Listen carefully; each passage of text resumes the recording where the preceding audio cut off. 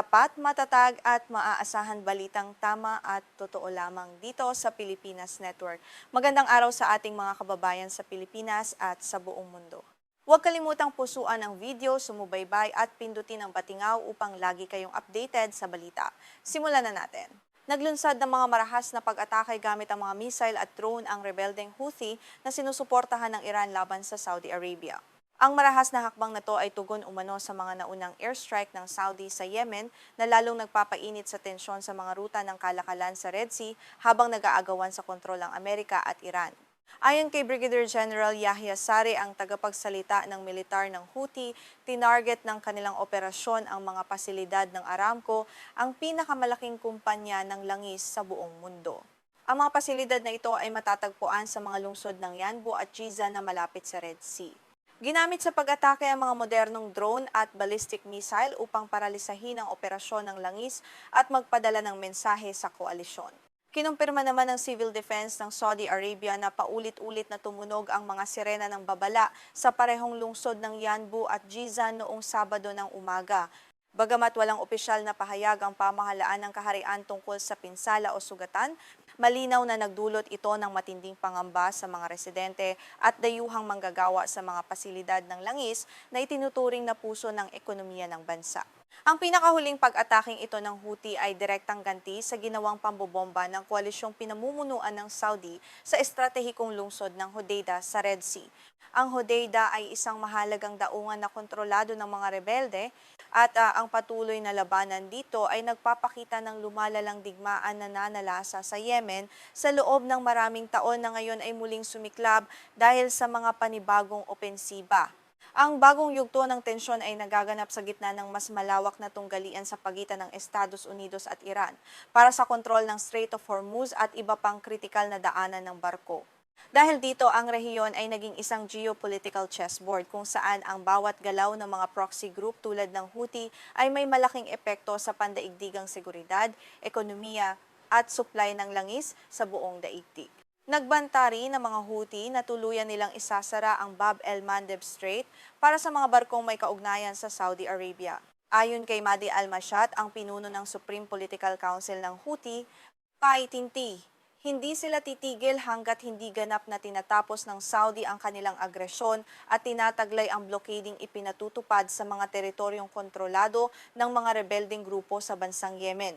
Ang Bab el-Mandeb Strait na matatagpuan sa katimugang dulo ng Arabian Peninsula ay itinuturing na isa sa pinakamahalagang choke point ng pandaigdigang kalakalan. Halos 12% ng kabuuang kalakalan sa mundo, kabilang ang sangkapat ng mga container traffic, ang dumadaan sa makipot na pasilangang ito na nag-uugnay sa Red Sea at Gulf of Aden patungong Indian Ocean at mga karatig na rehiyon. Bago ang pag-atake sa Aramco, tinarget din ng mga Houthi ang dalawang oil tanker ng Saudi Arabia sa Red Sea nitong nakaraang linggo. Ang mga insidenteng ito ang nagtulak sa Saudi-led coalition na maglunsad ng ganteng pambobomba sa Hodeidah upang pigilan ang kakayahan ng mga rebelde na manggulo sa mga barkong komersyal na nagdadala ng supply ng enerhiya at iba pang pangunahing produkto sa iba't ibang bansa. Ayon sa tagapagsalita ng Houthi Health Ministry na si Anies Al-Asbahi, ang mga airstrike ng Saudi noong Biyernes ng gabi ay tumama sa mismong port ng Hodeidah at sa pasilidad ng telekomunikasyon ng pamahalaan. 2 tao ang naiulat na nasugatan sa pag-ataking ito na nagdulot din ng malaking pinsala sa infrastruktura ng komunikasyon at nagpabagal sa daloy ng tulong pantao para sa mga naghihirap na mamamayan. Gayunpaman, itinanggi ng Saudi-led coalition na tinarget nila ang mismong daungan ng Hodeidah. Sa kanilang pahayag, sinabi nilang ang kanilang binomba ay mga lehitimong target ng militar sa lalawigan na may direktang kinalaman sa mga banta laban sa mga komersyal na barko sa Red Sea na naglalayong tiyakin ang kaligtasan ng pandaigdigang nabigasyon laban sa pananabotahe at pag-atake ng mga rebeldeng Houthi. Sa kabilang banda, nanawagan ng diplomasya at dialogo ang ministro ng Ugnayang Panlabas ng Iran na si Abbas Araghchi upang lutasin ang lumalalang hidwaan sa Yemen ng walang militar na komprontasyon.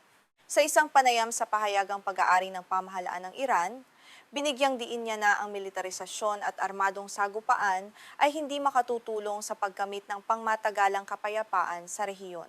Habang nagkakagulo sa Red Sea, naging mapayapa naman ang gabi sa loob ng Iran matapos ang halos 2 linggong sunod-sunod na pambobomba ng militar ng Estados Unidos.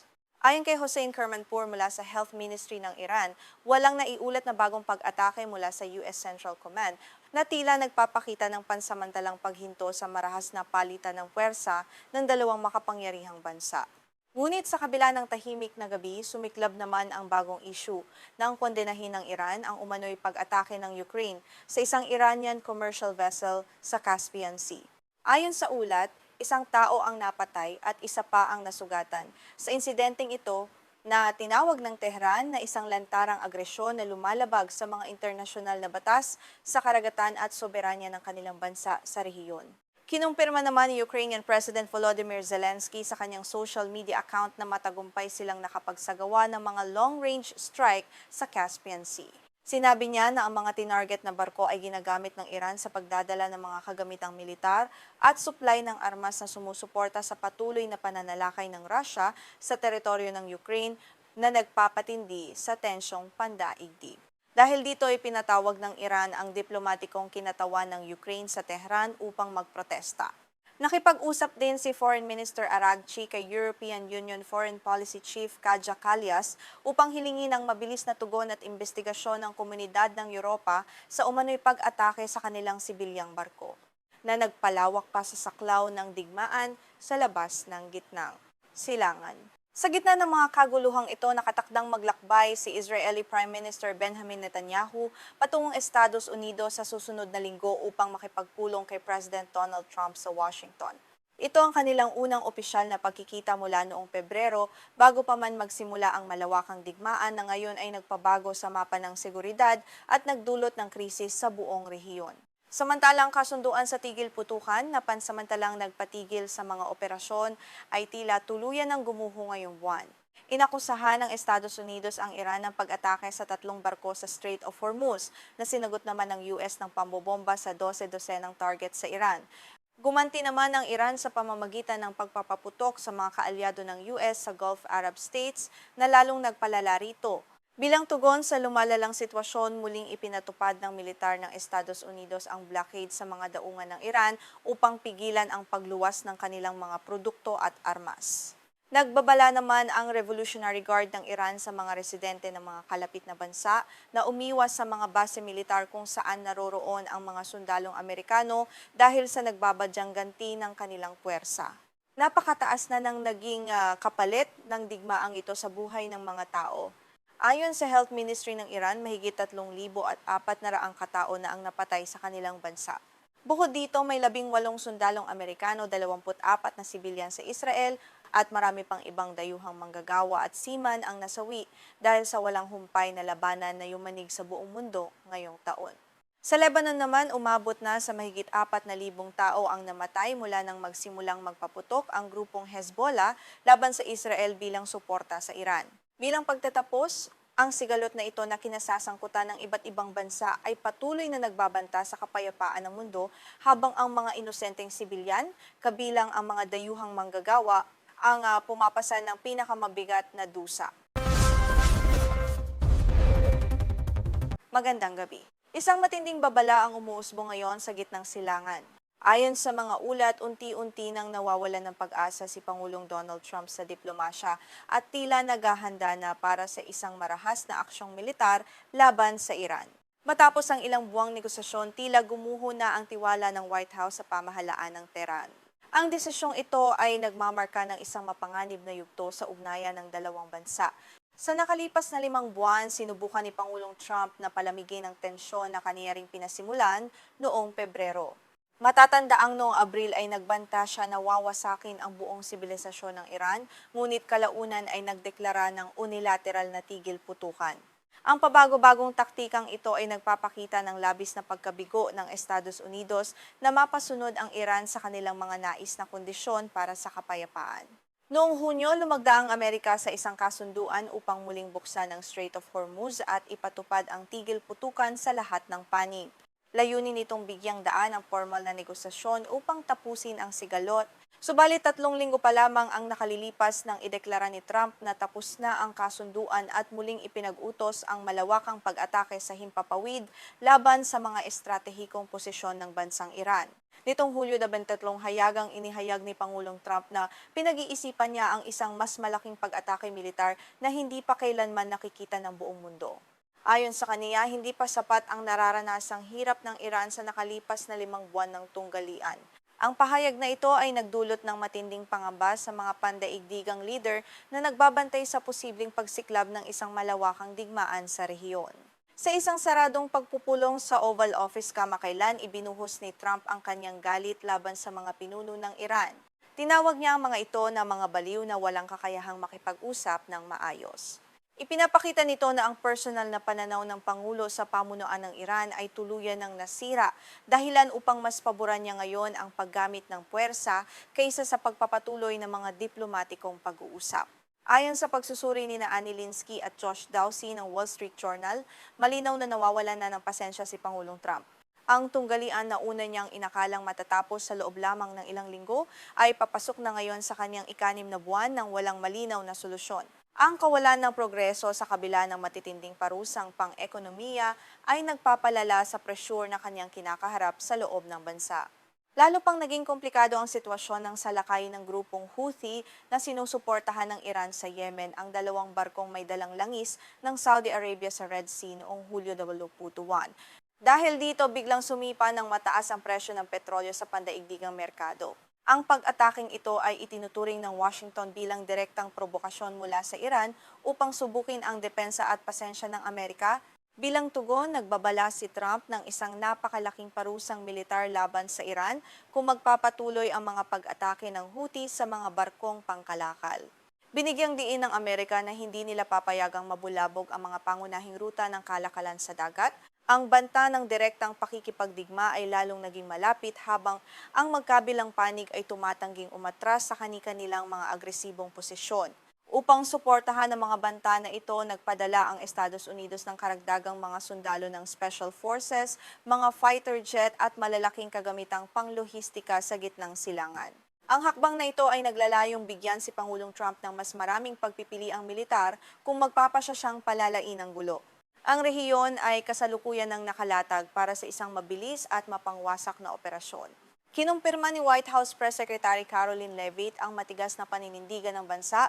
Ayon sa kaniya, lumagda ang Amerika sa isang kasunduan ngunit binaliwala ito ng Iran sa pamamagitan ng pagbaril sa mga barkong pangkalakal at pagpatay sa mga sundalong Amerikano. Binigyang diin niya na hindi basta-basta manonood lamang si Pangulong Trump habang hinahamon ng Iran ang kapangyarihan at seguridad ng Estados Unidos.